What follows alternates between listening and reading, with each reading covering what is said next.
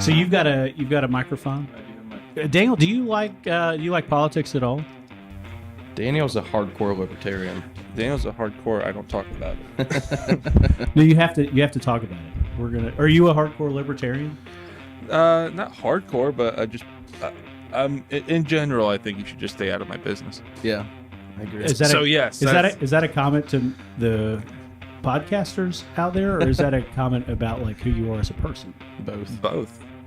I don't care how anybody, and I don't know why. I don't care how anybody feels about anything. I just ask them to feel that way in public. An elected official should be open about it. I don't think Daniel should have to be open about it. Well, if he's a guest on the Burnett show, I mean, he's not here for my health. He's here because he was begging me to be a guest. I'm here because you randomly came in my office at 9 o'clock in the morning and said, "Hey, we're putting on a show." It was totally like 9:15.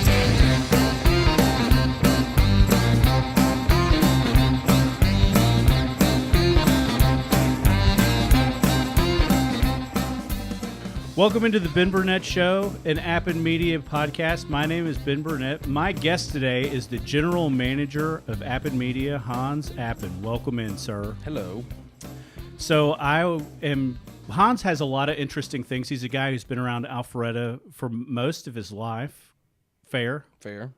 And he has he started the Alpharetta Chamber of Commerce and removed himself from those duties because he got busy with the newspaper, and his dad's starting to step away from the business, and he's launched this podcast network. And while there are a bunch of things that Hans does not agree with me on, he's pretty open about why. He's pretty receptive to answering questions when he's not locked into the ivory tower. Hans, one of the things I really wanted to ask you about was you're kind of the North Fulton focal point now for podcasts.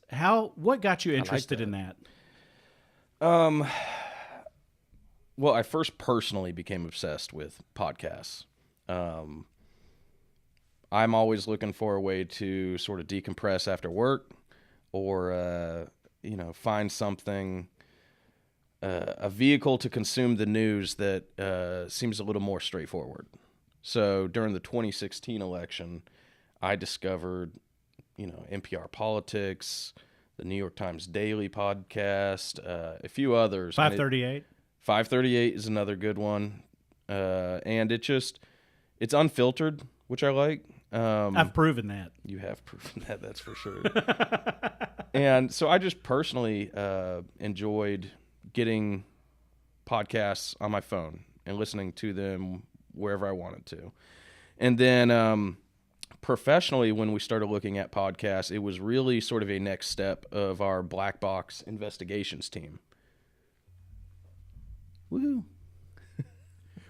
Guys, it's not a candid shot if you pose for it in the middle of speaking. So everybody knows that's listening online. Daniel just stepped back to take a photo of us, and it's very distracting. We posed.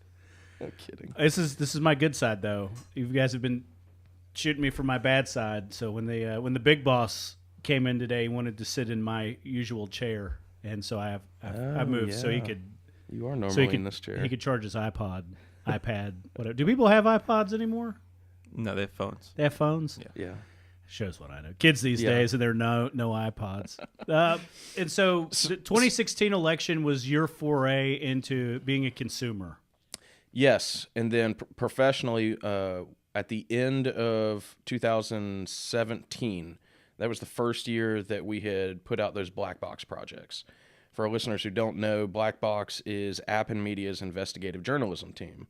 So we focus on more in-depth projects in the North Atlanta area that we can't or don't cover sort of on a weekly basis. And so we did that all of 2017. It went well. We put out some good work, won a few awards.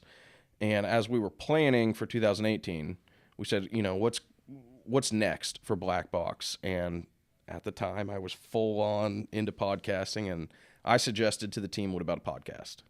So that's when we launched the Inside the Box podcast. How many to date? You guys still do things with the Black Box podcast, but I think it's made a tremendous amount of difference in some items of transparency. I think you guys have obviously seen the way that residents in your cities consume content. It's probably a better way to get younger. Mm-hmm. Do you have any demographic data on who the people are that download? Does Apple give you that? They don't. So podcasts have been around for, a decade. They're kind of being rediscovered. And the technology behind analytics is, I think, really behind the times right now. So for podcasts, you really only get 2 stats. That's the general area where people are downloading them and the number of people who are downloading them. So you don't get unique viewers if somebody listens to it or shares it. I guess you have to still download it. You do. Yeah. So every download is a unique. You can't, when somebody re-downloads it or re-uploads it to their phone, it's not a new download. So I need to quit downloading my own podcast. Yeah, you're wasting your time. Well, and so everybody knows I went to Samford University and have several really good friends, and we all banded together.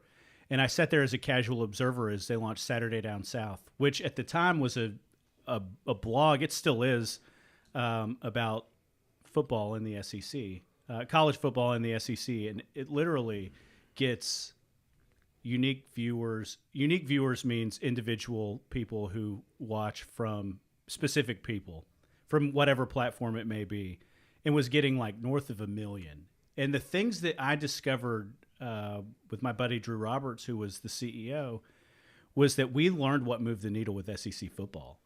And so blogs were very big, I would say between 5 and 10 years ago. And what we learned about the business of the conference wanted access to. And they were like, well, I don't understand why. And they were like, because you have the rabid fan base, and that's worth something to us. Yeah. And so I feel like podcasts are a way. My wife is very interested in mental health and wellness. She's a nurse. She's fascinated with things. I could care less about.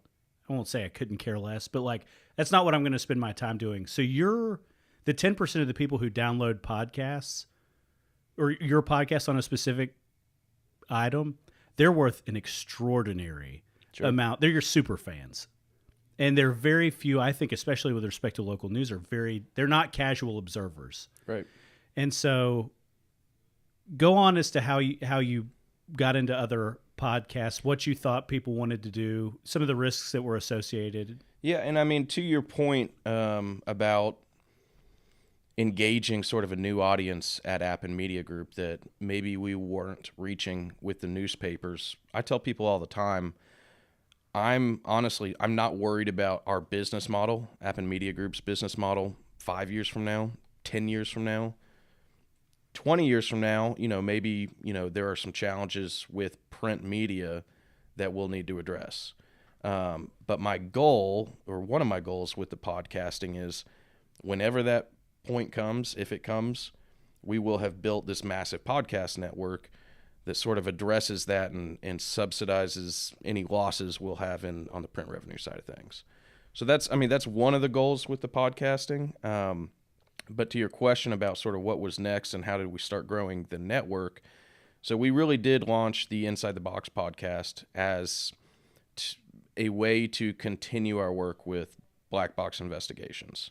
And it's morphed, but it has, yeah. It has become more of a featuring local people in the community, local topics, and you may see some changes in that in season 2 of Inside the Box. But stay tuned on that. You have enough of a network now to where you can be specific, right? And although, like for example, when you approached me about this, my one rule was that one, I get to make advertising money, and we're just hand over fist in sponsors. But 2, yeah, come get your check after the show. It's about to be checks, plural. But the other thing about it was that I didn't want to talk about politics all the time, because you read about people in the paper and maybe you pay attention to them and maybe you don't. But that's what people, if you see me and you read my quote, that's how you view me as an elected official. You don't get to see the person on Monday night. I mean, with rare exception. And so if I have a conversation over an issue, I'll talk for a minute and a half. And that's it. Other than that, you see a red button or a blue or a red button or a green button on how I vote, but you don't know me. And there's so much more to all of these people, whether they're in Washington, whether they're in your locally elected office, that makes them human beings. And I think that's the one thing that people don't know. And so I wanted to finish my term in 4 years and have people be like, that guy's, he's at least well-rounded. You know, I was having breakfast this morning with a guy we both know, Larry Addick, who's a wonderful guy. Mm-hmm. Son's a major in the United States Marine Corps, like a patriot. That guy does not like very many of my issues, but he's a good guy. He's a patriot. He loves this country. He's great for small business. And we disagree about all sorts of things, but he's like, man, I just wish that everybody was willing to sit down and take criticism. I said, dude, that was exactly why you don't hurt my feelings. Sure. Nobody agrees with me all the time. My poor wife has to live in a house with me. But I do think you guys are on to, I think it's a wonderful niche. I think as you've seen people come in and develop podcasts around Georgia politics, like, I don't wonder if it's going to work. I know it's going to work. And I know that from watching Saturday Down South to knowing that if Alabama was going to lose a football game, that was the worst thing that could happen to our business model. Sure. Is that they're polarizing. You either love them or you hate them, but it's one or the other. Mm-hmm. And when they lose, 3 days later, the website traffic gets cut in half because they're not the villain anymore. And the Bama fans are crying in the corner. And they quit reading because they're not going to win a national championship. And I've seen it. I see it in unique visitors. And so the site's probably had a pretty good decade.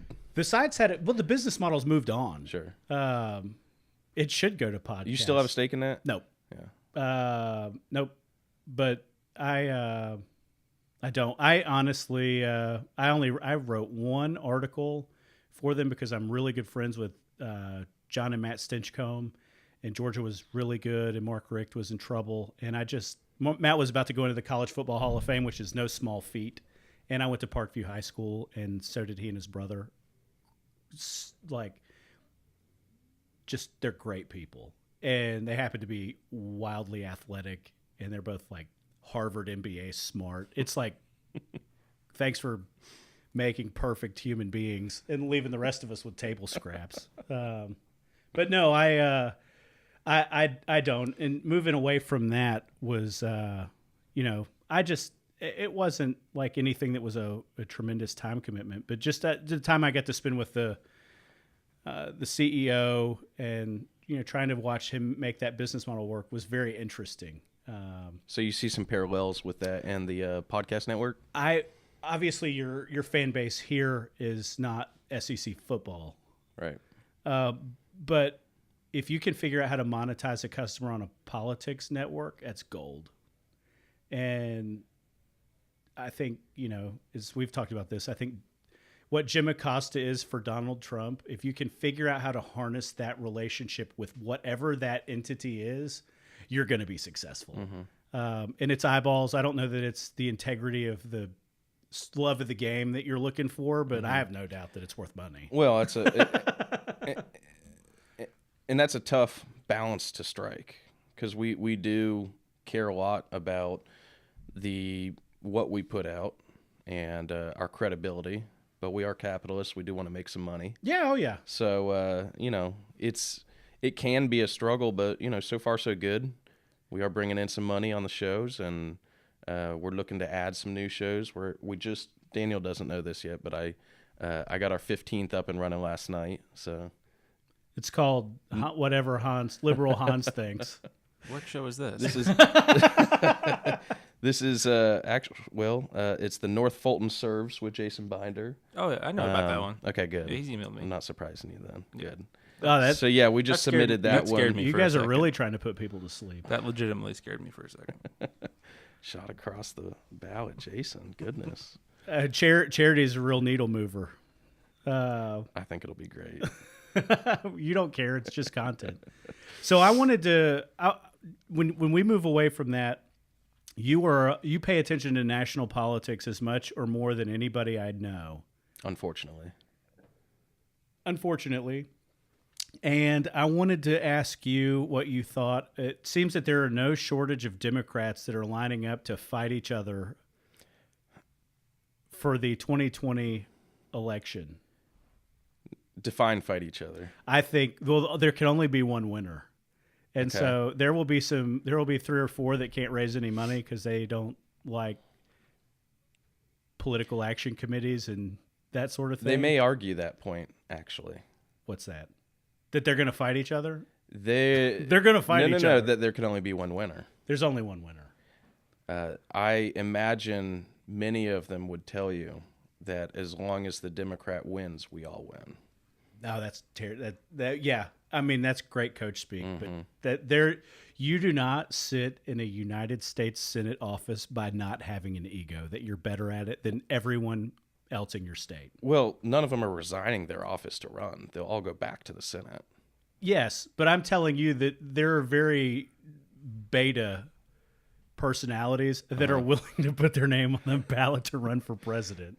Well, and I think was it on your show that you were talking about there's no opportunity cost anymore to running for office? There's not. That I had this conversation with Greg Bluestein when he called me about running for Georgia 6, and I have a very good friend who works for Public Opinion Strategies, and they were Mitt Romney's pollster. However many years ago he ran for Congress, and they were like, "You should do it." I was like, "Why?" And they were like, "Why wouldn't you?" I was like, "Well, I'd have to resign my council seat." And I said, "I really like doing that." And they're like, "Yeah, but if you run a good race and you lose and you put a bunch of good ideas out there, everyone will know who you are from a public official standpoint." And I thought, son of a bitch, they're right. Mm-hmm. And that I thought. Now throw in the opportunity to do that and not have to resign your council seat. Well, I wanted to hear them out. That was my whole point. Sure. And they were like, "Look, I think this is what you should do because this is what it'll do for you professionally." And I was like, "It's hard to disagree with." And they were like, "Unless you get down to the runoff and like it's a free for all, Royal Rumble match, why would you?" Well, then you got to worry about your skeletons in your closet. And I was like, "Oh, I'm good about that." Well, look at John Ossoff. Yeah, that guy is wildly successful. Dude got crushed, but he's a national name now. Writing for the Washington Post as a pundit. I'm going to wait. I'm going to do it for the United States Senate seat. If you're going to go big, just go big. Well, what do you think the Democratic field would look like if they had to resign their current office to run for president? It is so interesting because how many people... I think you take, I'm not necessarily that I agree with her, but everybody I've talked pretty openly, I'm a Tulsi Gabbard fan in that she's at least willing to challenge the machine at times. But you would get the people like her, and like when she goes to bed at night, she knows she's not going to win that race. At least if she doesn't, she needs better people around her. But there's tremendous value in her if she wanted to run for U.S. Senate in Hawaii. Let's change Hawaii. Let's say it was California, and she puts forth a good showing and finishes 3rd or 4th and has a bunch of really good ideas. Like, you don't think she's a front runner for that Senate seat? Of course she is. And so it's about positioning it that. But I do think you look at the real contenders. I know. Well, look at Stacey Abrams. Yeah, absolutely. Every Democrat in Georgia is waiting on her to make her decision before they announce for Senate. And I think the dynamic here is different. So I, in full transparency, you're not going to find it. I asked the city of Alpharetta legally and the administrative staff, if I ran for Congress, do I have to resign my seat? And they said, yes. I said, do I have to do it before I filed a declaration of intent? And they were like, no. I was like, so I could essentially run for Congress for a year and a half. And they were like, yeah. And I was like, I went home and I was probably told there's no way in hell. Right. But I did ask because I wanted to know, but there's rules around state. Senator Beach has to finish. He's allowed to finish his term because he's running for a federal office, and it ends in the same year. I would not be extended that same courtesy because I'm an odd year cycle. But you wait. I'm the first. Everybody's waiting on Stacy to announce. Everybody's waiting on me to announce that I'm running for the next time a Senate seat's open. But to answer your question, I don't think Tulsi would run. I think this is something that you could legitimately change in all of the state legislatures, and you could really add an amendment to the Constitution. Yeah. Because nobody wants to be the one who's like, yeah, it's a public opinion versus legal thing. Nobody wants to be the person who doesn't advocate for the little people and term limits when you got a gun to their head. Yeah. Well, let me throw a scenario at you. If Joe Biden had jumped into the race early, and anybody that wanted to jump into the race as well had to resign their current office, would there be anybody else running right now? Maybe Bernie? How many years does Senator Kamala Harris have in? Do you know? We can find that pretty easily. How long has she been in office? Or Yeah. how many years does she have left in her term? How many years has she been in office? Because you got to be in for 5 to qualify for the pension, and I think that's a big barrier to entry for a lot of people. Yeah, she 2017. So she wouldn't do it. She would be out. Cory Booker would be out. Cory Booker would be out. So yeah, when you start talking about people's livelihoods, and look, you go to Washington, regardless of what people say, you either go wealthy, looking to give back, or you go looking to win to get wealthy. And like, that's just the truth. And so I think, David Perdue can say whatever, regardless of how you feel about him. He's like, I didn't need this job. I was a rich guy to begin with. Those are true statements. Mm-hmm. And so I think that there's something compelling about that, where if you're a district attorney or a prosecutor or a statewide elected official like Senator Harris was, with a pretty good name ID around San Francisco, but probably not a great name ID around Los Angeles. Mm-hmm. And you look at her and think she's probably not retirement wealthy. So when you threaten somebody's long-term livelihood with health care and all the pension and all that, yeah, that feels a lot smaller. Right. Yeah. I do think you think Joe Biden gets in or no? I think I have no idea why he hasn't gotten in yet. Which leads me to believe he's not going to. Yeah.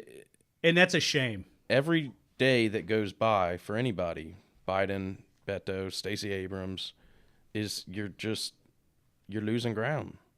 And he's the clear front runner if he were to jump in. So I don't know what he's waiting on. So I think I agree with you. I would guess he's not getting in. Well, you got to figure. I mean, it's got to be all consuming for a year and a half, and most of those guys are just not built for the endurance that Donald Trump brought to that fight every single day, regardless of how you feel about him. He didn't take a lot of time off. But if anybody is built for it, it's Joe Biden. I don't think he's worried about that, right? He would certainly be a good fundraiser, but where do they start stepping on each other is what everybody doesn't know. Are there going to be 25 people on the first debate stage? It's going to be interesting. And I saw, I saw. We're at 13 right now, and I couldn't name half of them, but I do Yes, firmly. you I run through them real quick. Cory Booker. Yep. Pete Buttigieg. No idea. Julian Castro. I know who he is. John Delaney. Nope. Tulsi Gabbard. Yep. Kirsten Gillibrand. Yep. Kamala Harris. Yep. Amy Klobuchar. Only recently. Right. Bernie Sanders. Yes. Elizabeth Warren. Yes. Bill Weld. Nope. Oh, come on. I don't know that one. Marion Williamson. Nope. Andrew Yang. Actually, you got half of them. Yeah, that's more than I thought. So you take that. So on the national politics stage, I am a casual. We'll call me a fan, casual fan. If I know, let's all agree that unless you're listening to this podcast, you're probably like me. The rest of the people out there in this world are not like us. Right. So how many of those names does my mom know? Bernie Sanders and maybe Elizabeth Warren and maybe Kamala Harris, maybe, but probably not. Yeah. So there's 3. Mm-hmm. So you got to figure right now that if you step back, because that matters, that those are the 3. Unless Joe Biden gets in, and then there'd be 4. Right. And I think Harris is at a tremendous advantage because she lives in California. And I don't know if any of y'all have ever been out there, but they ain't starving to death for money. And it's bumped up in the primary cycle. Oh, they vote earlier. So it's early. It's right after South Carolina. Well, that's a smart move for them. Yeah. Get the early money. Yeah. Because if you win California, regardless of how you feel about it, it's the 7th or 8th largest economy in the world. Well, and that's why I think Kamala Harris is For real. Yeah. I do too. I don't see how she loses it. I don't She either. needs to show well in Iowa and New Hampshire. You think she will? I do. Yeah. She will not show as well in New Hampshire because of Elizabeth Warren, if all things are equal. But she just can't come in 4th. But Bernie Sanders does split the Elizabeth Warren vote. Yep. So Bernie Sanders jumping in the race, I think, helps Kamala Harris. Yeah, absolutely. And that's early. Yeah. Let's take a look at the Republican ticket. Okay. How do you feel about Bill Weld? Personally, or what kind of chances I think he's got? How many? I don't care how you feel about him personally. Okay. The chances that he's got, assuming he's on the ballot in all 50 states, you think he's just going to get railroaded? So a buddy of mine says Bill Weld jumping in the race, actually the biggest benefactor of that is Howard Schultz. I don't know about that. No? And I'll tell you why. It's really easy to fundraise. You can ask Jason Binder this. Regardless of the level of politics, it's a lot easier to fundraise when you have an opponent. Mm-hmm. When you have a faceless opponent like Donald Trump does, which until a couple weeks ago was a Democrat-only candidate, it forces a lot of people onto the sidelines. It's like, yeah, I'll donate to you, but it'll be later. He's not having any trouble raising money right now, though. No, and he won't. You know, Donald Trump is, let's say, the president. You don't see a sitting president get primaried incredibly often. Right. But my thought More process... than you would think, actually. I did look that up the other day. When was the last time? George H.W. Bush, I believe. So it's been 20 years. Yeah. I mean, that's generationally. Sure. But before that, Ronald Reagan, Jimmy Carter. Oh, so it's something that has been missing. It happens a bit, yeah. I think that giving Donald Trump the opportunity to run a race against a sitting Republican enables him to fundraise. My roommate from Samford went to work for a congressman in Birmingham called Spencer Backus, and I was sitting in their office one day, and they were shutting down. I was just walking up there, going to watch the Braves, honestly. And we're sitting up there in the whatever building it is, Longworth, and just asking about what they think. And the guy who's a congressman, he goes, "Hey, do you know anybody that wants to run for Congress?" And I was like, "No. Why are you not going to run?" He goes, "No, I need somebody to fundraise against." And I thought, "What do you mean?" He goes, "I've got friends that need help." I was like, "You legitimately want somebody to put their name on the ballot so you can go home and fundraise?" Yeah. And he was like, "Yes." Yeah. I was like, "That is amazing. You would never know that unless you were deep on the inside." Right. And it never really happened. Sitting Republican in a largely white area of suburban Birmingham is pretty conservative. Well, we saw that a bit in Metro Atlanta. You know, there were a lot of seats that had not had opposition or legitimate opposition in quite some time. And, you know, I know Representative Woodall in Cumming and Gwinnett County had a primary challenger, and Amen was way ahead of this. And I thought, man, he's going to really struggle. And he goes, a sitting Republican with Donald Trump on the ballot is going to do so well. He goes, he'll get 65% of the vote. Bet me. And I was like, hey, you know, I think we all know Amen knows what he's talking about. Yes. But and sure enough, I don't think the guy who challenged him even got to 30. And Woodall's like fighting for his life to win by a couple thousand votes. Well, look at Brandon Beach's, how much money he raised this last cycle, as compared to his last race when he didn't have opposition in the general. Man, it is when you have somebody that's willing to shoot bullets at you and you feel like you're in a safe seat. It's almost welcome. Mm-hmm. You can raise money and go help out your friends or your party. Yeah. So let's step back and take a break. We're going to come back and ask Hans about what's next. Are you a business with over 150 employees? Did you just receive an increase in your healthcare premiums again this year? When it comes to the cost of healthcare, there is something you can do to control costs without sacrificing quality. Strongside Solutions developed eBenefits, a program that provides restructuring of the individual parts of the healthcare delivery system to employers and employees. With over 120 employees, the eBenefits healthcare model saved the city of Villa Rica over $1 million in 2018 alone. Restructure your healthcare, release trapped capital, and manage your healthcare spend as you would any other facet of your business. Call my friend at Strongside Solutions, Wendell Strickland, at 770-4STRONG. That's 770-4STRONG, or visit them online at strongsidesolutions.com. I mean, I know you've got other people that do live reads, but I mean, you're hard-pressed to get any. That's what the fastest growing podcast in Georgia will do, is just teach you how to charge extra for that. That's the premium read there. I'm gonna start coming into your other podcasts and just to dive in and do live reads. I mean, okay, that guy's just business has exploded. Yeah, and they're good people too. Call me anytime. I'm glad to promote any business out there, literally almost any business out there. We're not afraid. Talk to me about that. As you guys let's go back to the podcast network. Okay. As you see 2019, what are your goals? What are your goals here with respect to journalism? What are your goals here? Because some of your podcasts are journalism, some of them are not. Mm-hmm. You know what I mean? I would argue that mine's not. Mm-hmm. But some of them, Preston Thompson, Georgia Politics, has definitely got a good cast of characters of people who know issues. He has a degree in journalism, by the way. I don't know if you knew that. I did not know that. Mm-hmm. He's very smart. I'm trying to take as many of those Democrat people as possible and put them on Team Burnett and figure out what the radical moderate platform looks like.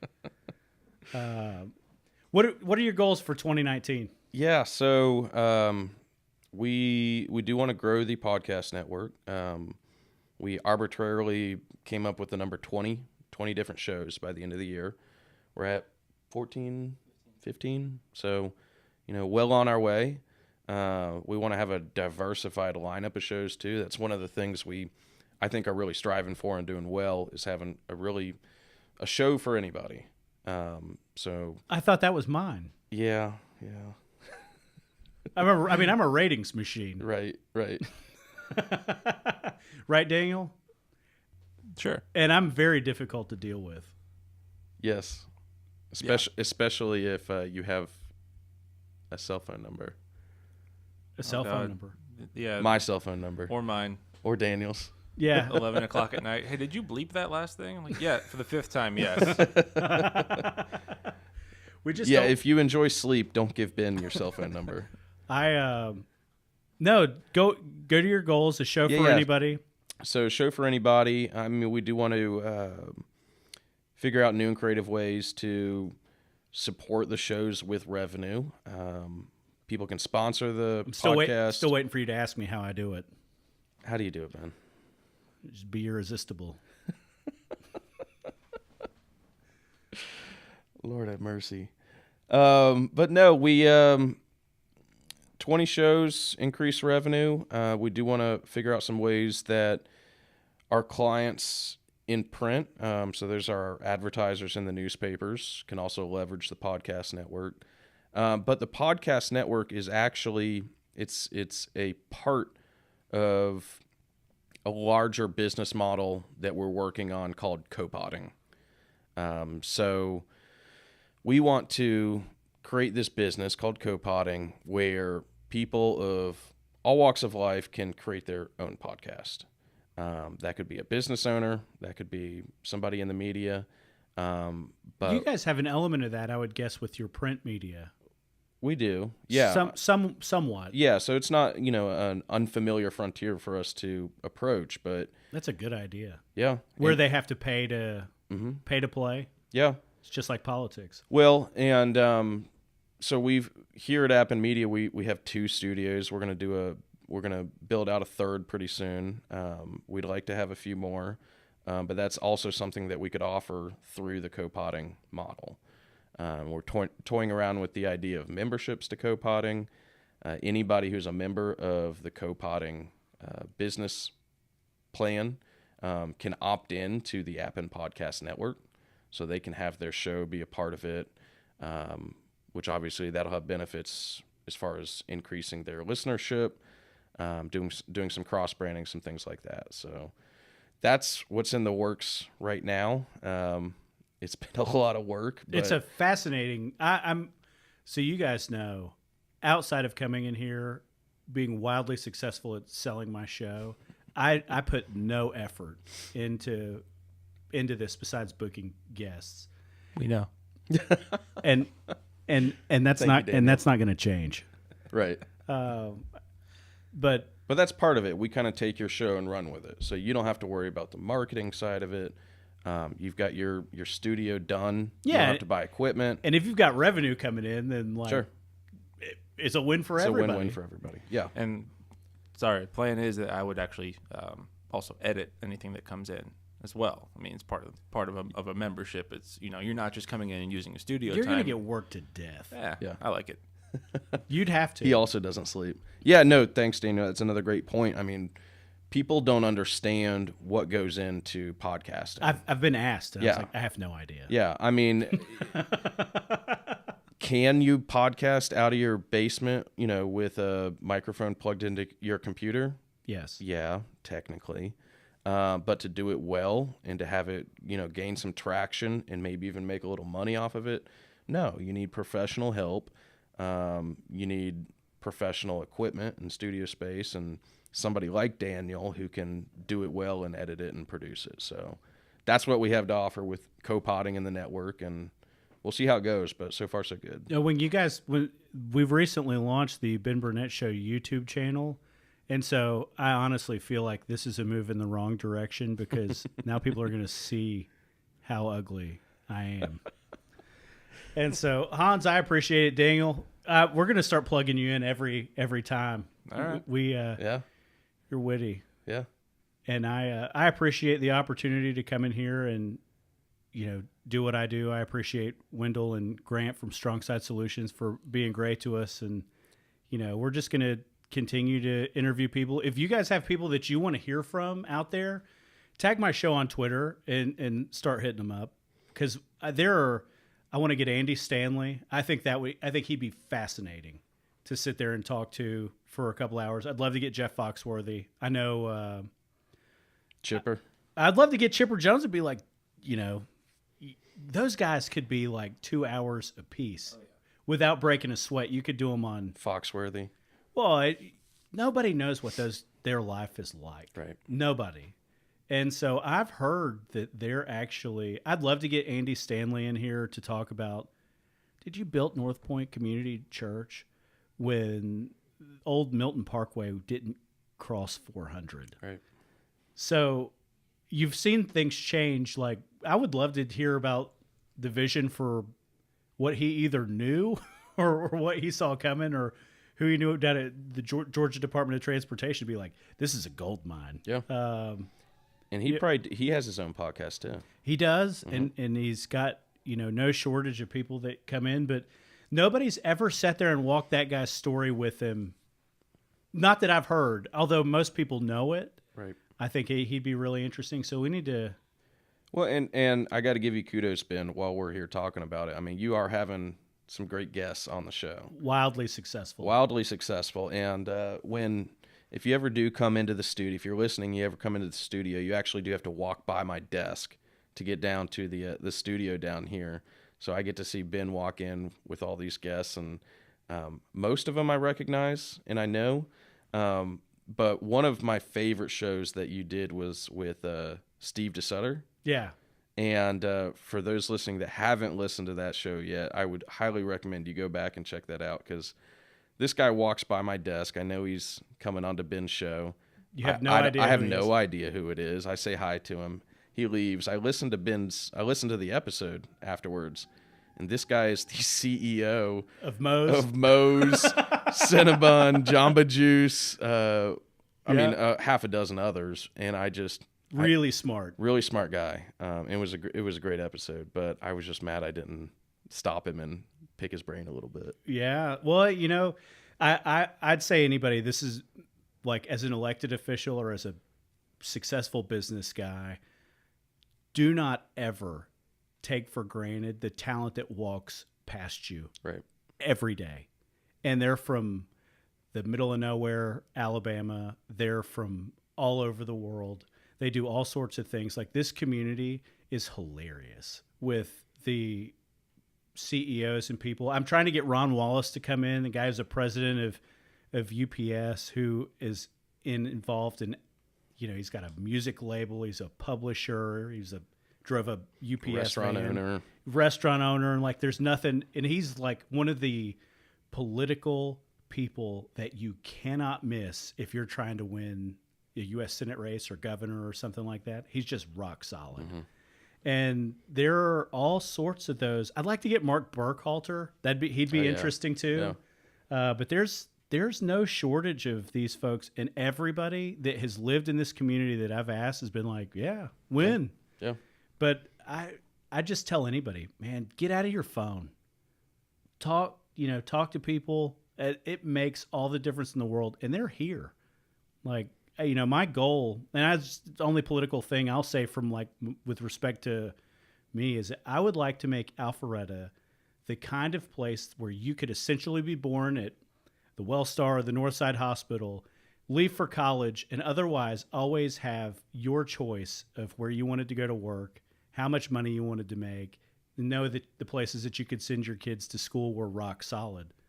Like, it's a utopia of talent, mm-hmm. and it's everywhere in all sorts of ways. So you guys just can't afford to live here after you graduate college.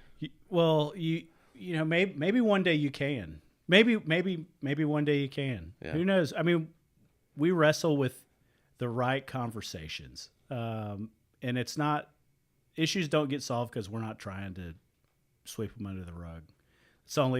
That's my value add. I'll talk about anything. Sure. You may not like what I say, but I will talk about anything. I can attest to that, yes. Thanks, everybody. It's been another episode of the Ben Burnett Show. We've got to step out and go to a prospective sponsor meeting so we can just keep raking in the cash here on the Appen Media Network. Have a good day, everybody. You should throw a cha-ching sound when you edit that one.